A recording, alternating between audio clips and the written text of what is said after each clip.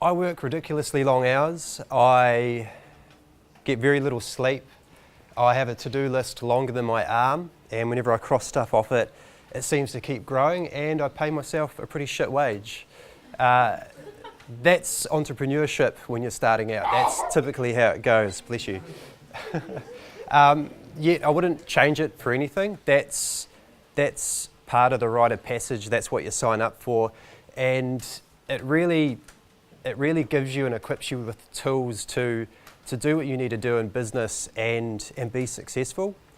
So in terms of giving you guys the best value out of my talk today, I thought long and hard about what you'd really want to hear and go away and actually implement straight away to be successful. And I suppose before I get started, who considers themselves an entrepreneur? Hands up, show of hands.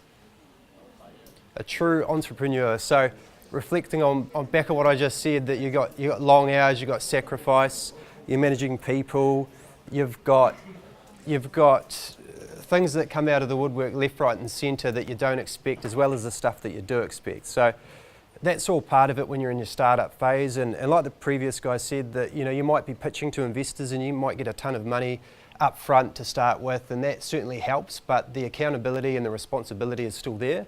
You still have to perform, you still have to do what you aim to do to be successful. So I've boiled it down to 7 key takeaways, and they are your value proposition or your unique selling point, and I might be repeating some stuff here, your ability to scale, your branding, your customer service, your accounting, social media, and systems. So those are the 7 things that I think are really key in the success, whether you're starting really modestly, really small, or whether you're starting with a big startup capital budget and you've got big aspirations. So starting with number 1, if you're looking at value proposition, you've got to solve a problem for the customer. You can't go out and expect to do something and just be like everybody else and serve a homogeneous product that's already been created. You need to solve a problem for the customer and remove a pain point for them. That's what they're looking for, that's what they're going to buy. So when you're thinking of doing that, you have to put yourself in their shoes, and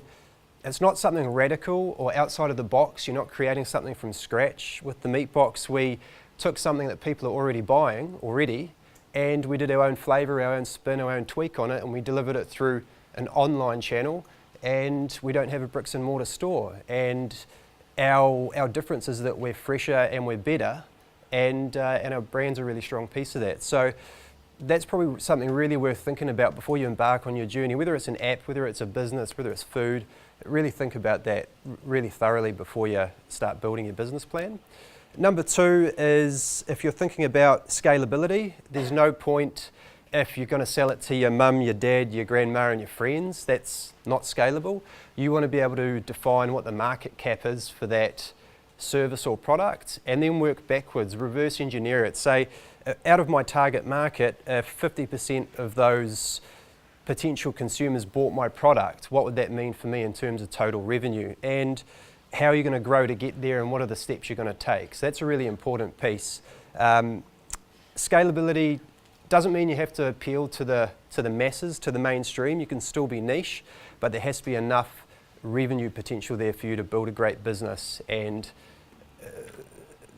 be profitable and take a wage for yourself. There's no point if you're going to turn over $100,000 and then take a wage for yourself and you've just bought yourself a job. So a lot of people make that mistake. They call themselves entrepreneurs, but they're not. They've just bought themselves a job. They don't take a holiday, they don't take time off, and it's a pretty miserable existence. So that's number 2. Moving on to number 3, branding. Branding is really key. Branding is what you lead with. We certainly lead with it ourselves with Meatbox.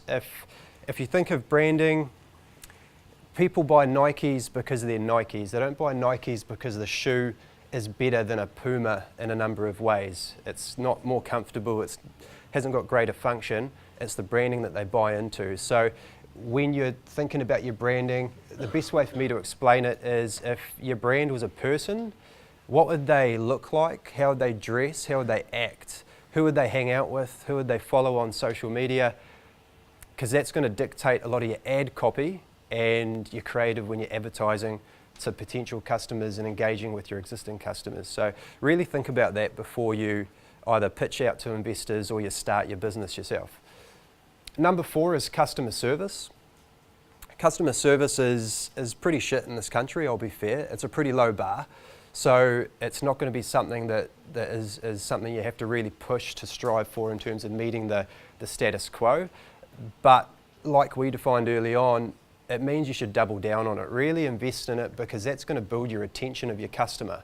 Because a happy customer is a repeat customer. They're going to keep coming back, but not only that, they're going to tell all their friends, their family about it, and that's going to really be a strong advocate piece for you guys starting businesses. So for us early on, we thought, you know, we've got to really make a bold statement about our value proposition and why you should buy from us. We haven't got a store that you can just go into and buy something. You've got to see us online, you've got to check us out online, then you've got to actually put products in your cart and go through and actually purchase from us. So there's a bit of friction there. So to remove that friction, or at least thank our customers or reward them from buying from us, we gave them a gift on their first order. And we found that when we told them we were giving them a gift, and then they received that gift, they were pretty happy, they were satisfied, which is great. That's the outcome you want. However, when you don't tell them you're going to give them a gift and then you give them a gift, they're absolutely jubilated. They're over the moon and they tell everyone they know about it. And that is the kind of experience you want. You want to over-deliver, over-service your customer, because that builds that retention piece and eventually the success of your business. So that was a big one. In terms of price, I think Andrew was his name who just spoke. You can't compete on price. As soon as you start competing on price, it's just a race to the bottom. You can't build a sustainable business on that. You have to build value in what you do, and don't be afraid to price your product with the value in mind. You'll always have somebody telling you it's too expensive. There'll be people close to you, there'll be potential customers. Don't let that affect what you're doing. You have to be pretty robust in terms of your pricing strategy and stay true to that. And you can always go down, you can never go back up again, so keep that in mind. So it's more of a warning than a takeaway. Don't compete on price. You're not Amazon, you're not going to be Amazon, so just think of that before you build your business plan. Probably should be number 1, but it's not, is your accounting. Too many businesses are an 80% failure rate for a reason, because they just don't know where every dollar in their business goes. And it's sad and it's true, but it takes a lot of discipline to sit down, do your cash flow forecasting, do your weekly P&L, scrutinise your margins, know what's happening within your business from that perspective, because that is a slippery slope when you get some slippage on your margin or you're letting a few things go within your business. And you certainly want to exercise that early, because if you leave it till it's too late, you've got enough sources to keep spinning. It's not going to be something you can easily then give your attention and fix. You really want to earn that from the outset. And a good way of doing that, or an example of that, I set up a number of different accounts. I've got about 12 different accounts with our online banking, and I flick 3% of our top line revenue into an account to cover the income tax, and we've got the same for PAYE and GST. And what that means is you don't get any surprises down the line.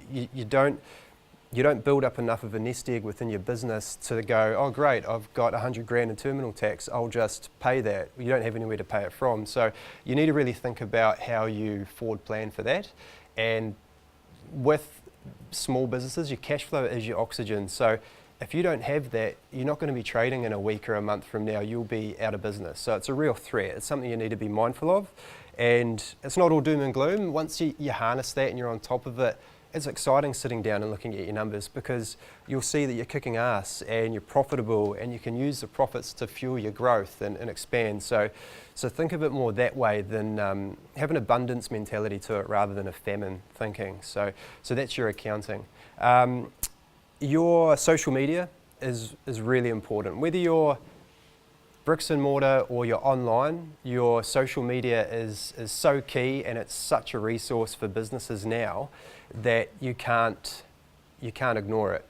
It's your one avenue to be able to speak to your audience, both your potential customers and your existing customers.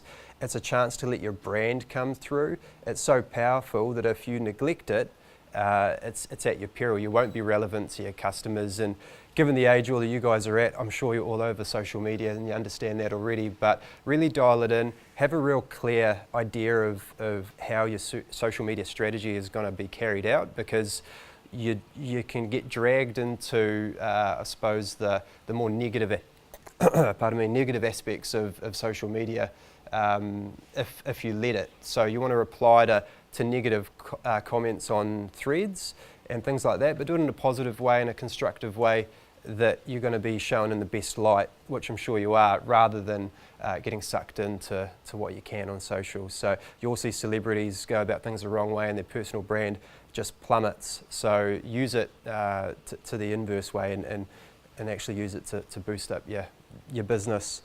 And then finally is systems. It's probably another boring one, but have a system for everything. Too often, business owners think, oh, I'll just rely on people and common sense and so forth to prevail. Well, they won't. People get put under pressure and they crumble under composure, and your common sense doesn't always prevail. So build a system for everything. Build a system for how you on-ramp customers, how you on-ramp new staff and induct them in and find the right staff. A system for how you get your product out to the customer, and a system for how you follow up with customers, ensure they've had a good experience. That the more automations you can do within your business means you're not working in your business, you're working on your business and driving it forward and actually getting growth. So that's really a big one, and that's why I raised the issue of systems there, because it's something we neglected early and we learned the hard way. You get sucked into your business, you're doing all the technical work and you're not actually doing what you're meant to be doing and grow the business. So a good one to keep in mind. So I suppose in summing up those 7 points, for me, entrepreneurship, when you're starting from an idea with no startup capital but your own, and you are a small operation, you're on your own. It can be pretty lonely, it can be pretty frustrating. Friends and family will say, why don't you just jump back into corporate and get a 6-figure job and not have the worries and the woes, but I think you're a better businessman because of it. It builds a thicker skin. It equips you so much more, like I said, to do bigger things in the future and achieve things with your team. And you weather that storm and you get through. And the way we operate now as opposed to 1, 2 or 3 years ago is completely different. So it's almost, it is a rite of passage. It weeds out the ones who aren't tough enough.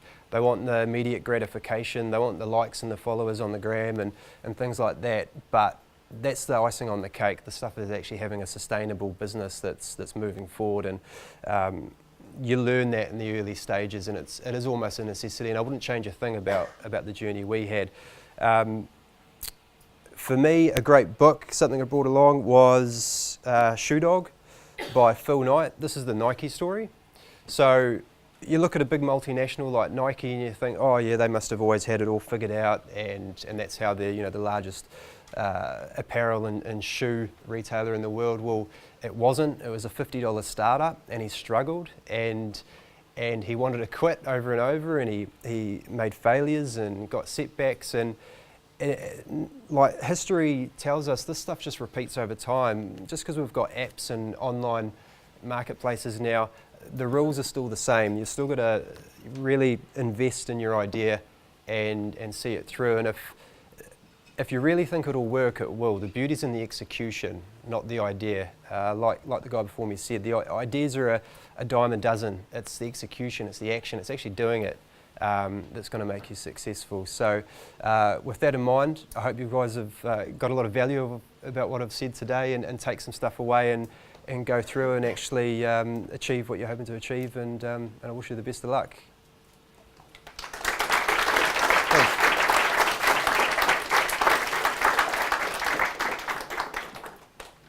Questions? So at the time I was working in the food service space. So I was selling meat products to chefs in the city and degustation restaurants and hotels and things like that, and would have friends and family ask around Christmas time, hey look, can I grab some meat from you guys because it's so much better than the supermarket and things like that. So we'll put them something together, and it was a couple of years into the piece that we thought,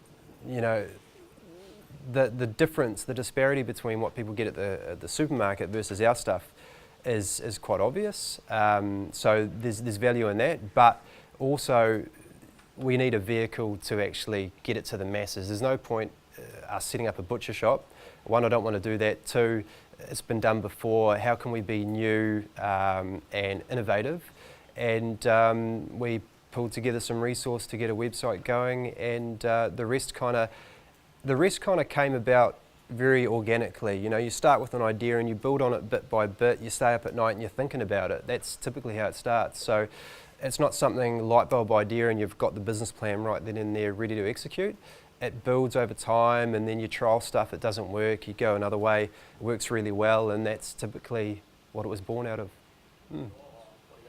So yeah, that's a good piece. Actually, on that, I was going to say, if you're going to do anything, don't do a perishable product. Stay away from perishable and make it light if you're going to send it, because those are two real pain points for us. But refrigeration, we operate out of a refrigerated site. When we negotiated the contract with Courier Post, they've got chiller depots, chillers at all of their depots throughout the whole country.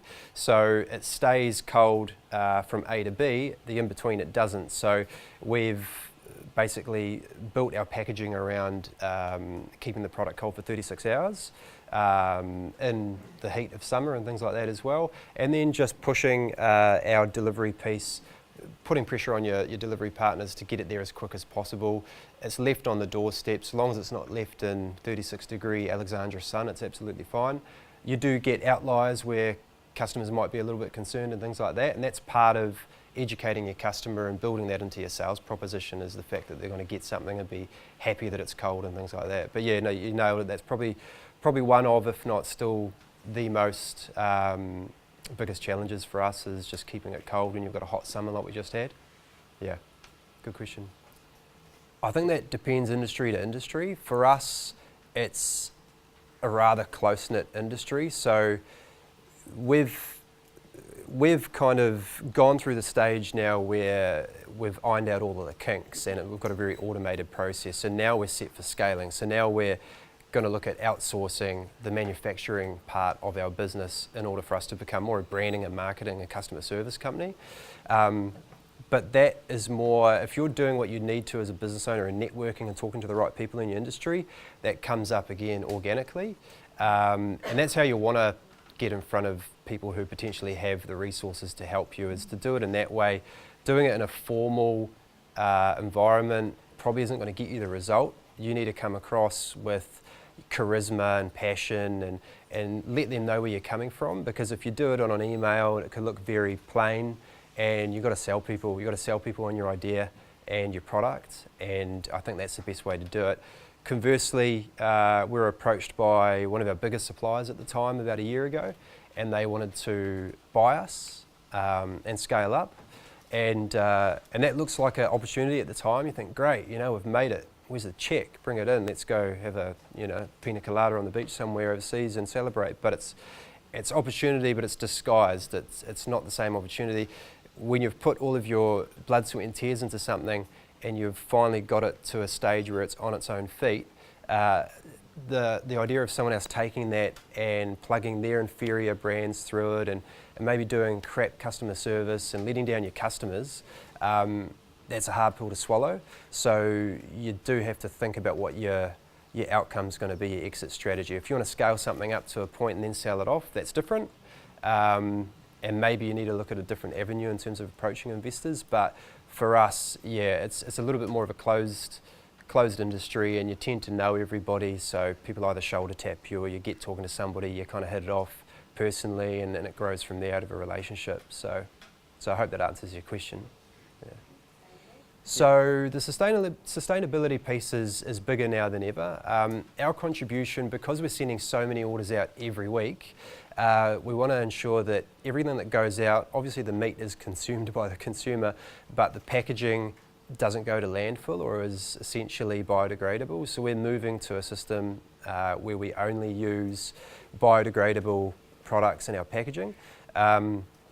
One example would be our liner, which keeps the product cold, helps keep the product cold rather. That's totally organic. It's a wool product, and that decomposes down. So that's essentially where we want to have all of our packaging, so we have pretty much a minimal footprint.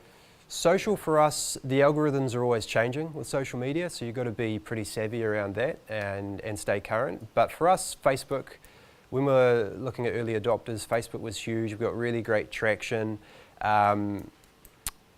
giveaways, engaging with customers on the thread is really important, and that just helped us get awareness in front of more consumers. But Facebook, Instagram's been a bit trickier because although Instagram's owned by Facebook, they are modelling it in a different way. They essentially want that to be a commerce space. They want it to be buying and selling product. They want to get the influencers out of that channel, and they want it to just be a buying and selling space to rival Amazon, I suspect.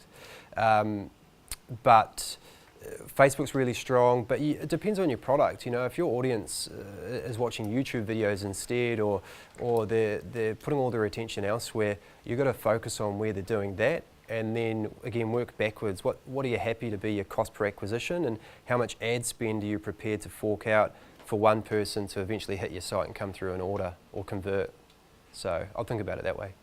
So yes, we've niched it right down. Although we can sell to everybody, and we probably do appeal to everybody, part of our branding position is if you try and sell to everyone, or if you try and appeal or target everyone, you'll sell to nobody. You need to really talk to a niche target market. So we're typically, majority of our target market sits between the 24 and 30-year-old female. That's about 50 to 60% of our market.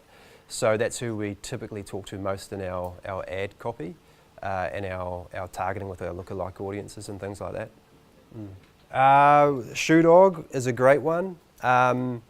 If you're starting small, you should read The Art of Persuasion, which is basically a selling book, but you're going to need to sell people all the time. You'll be at party with friends and you'll want to sell somebody because their dad might be looking for an investor for something, he might want to diversify.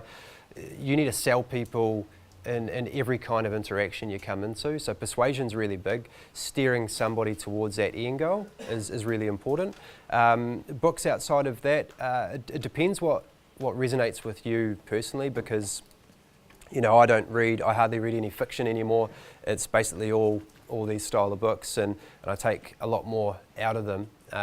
So it helps, it resonates with me, it helps me get through books. But Tim Ferriss has some awesome stuff. Stephen Pressfield writes some great stuff. The Art of War, the War of Art, sorry.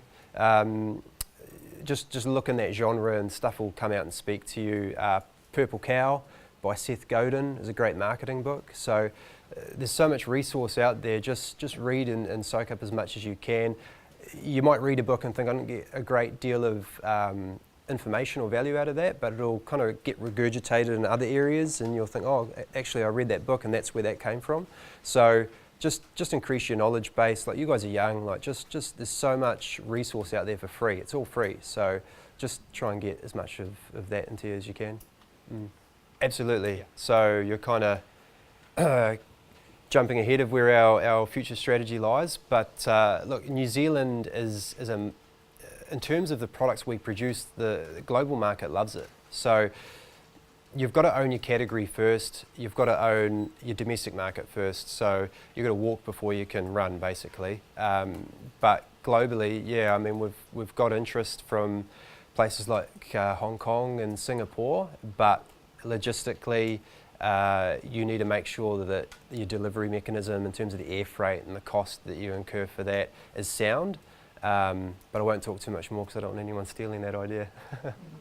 Good question. Yeah, so we want to launch a vegan box, and that's for two reasons. One, we want to offer great product to vegans and not ostracize any of our potential customers, despite the name of the company. But two, the free PR would be amazing for a vegan box from a meat-based company, so it's low-hanging fruit. But vegans is a tricky one.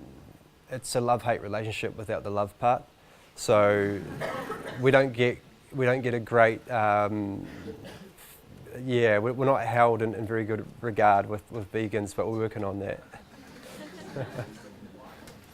Anybody else? That's all? Cool. Thank you. Thank you. No worries. Thank you, guys.